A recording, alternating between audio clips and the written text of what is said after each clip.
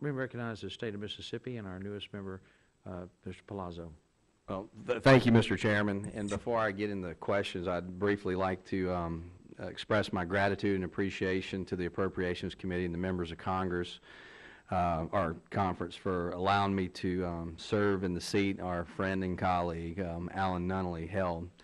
I know everyone who knew him is heartbroken of his passing, and although I do not believe his shoes can be filled, I hope to serve this committee with the best interests of the United States in mind, just as our good friend Alan did for 4 years. With that said, Director Comey, I appreciate you being here and appreciate the sacrifices that your people, the magic in your agency, as you so eloquently said, provides for our security and protection here at home. And I'm sorry for your loss too, as well as the 3 FBI agents you mentioned. We too have lost a U.S. Marshal, Josie Wells, in the past month, and he's from South Mississippi, and it was in the line of duty, and he left a wife and unborn child to carry on his legacy. So we know what y'all sacrifice day in and day out, and some of the best people in the world serve in our law enforcement. I would like to follow up real quick on Chairman Rogers mentioned.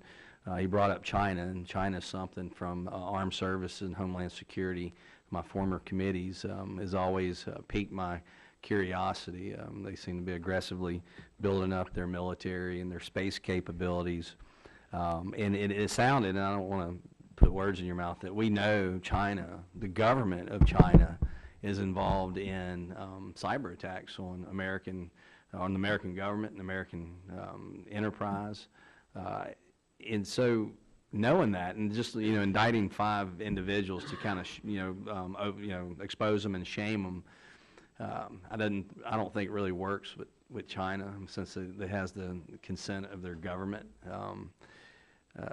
So with that, how do we counter these cyber? What would you recommend to us on how we counter these cyber threats, both internally and externally? And I guess if we focus on China, or you can an unnamed country if you don't want to pound on them. I'd just like to hear your thoughts. Yeah, thank you. And I should have said, and I may have misspoken, that the 3 lives that were lost were of police officers, 1 state trooper and 2 local police officers.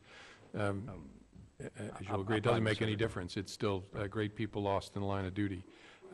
With respect to China or any nation-state actor that's engaged in cyber intrusion activity in the United States, the question about what can be done more broadly about them is one that's both beyond the ken of the FBI, and one that even if it was the FBI's lane, we wouldn't discuss in an open forum. But what we're trying to do is make sure our responsibility is to investigate cyber intrusions in the United States, to make sure that our government has a full understanding of who's doing what, so we can figure out as a country what to do about it.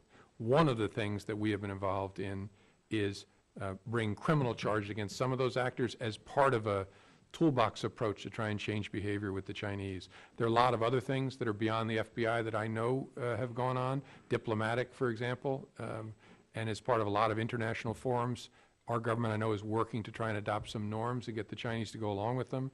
But it is my function at the FBI is to understand what they're doing, develop the facts, and then show our government, here's what we see.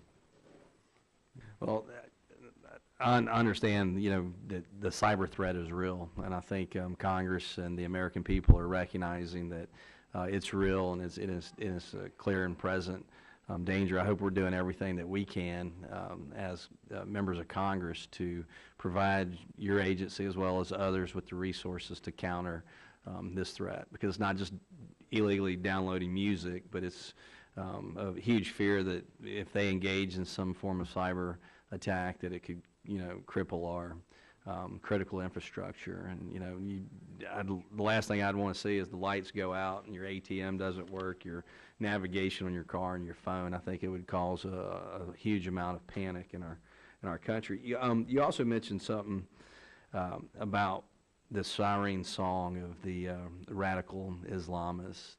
And these people that you mentioned, we don't really see them. They're not, obvious to us in a large extent because they're in their basements consuming this form of poison. Can you, for I guess lack of a better word, profile what this person would be?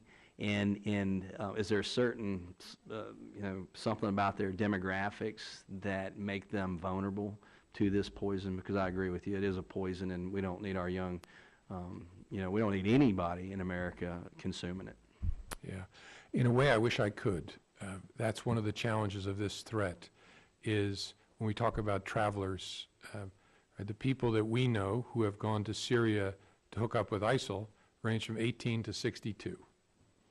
They're from any part of the country, any background, right? They were either raised in the Islamic faith or are converts who then, but they may have all different kinds of backgrounds, be all different places in the United States, consume this and develop this view that this is how they'll find meaning in life.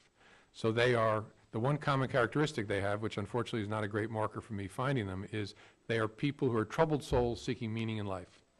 But there's not a poverty marker, right? Some of them have jobs. They just have a misguided sense that they need to participate in the apocalyptic battle. Some of them are kind of losers, right, who have had trouble with jobs or petty crimes.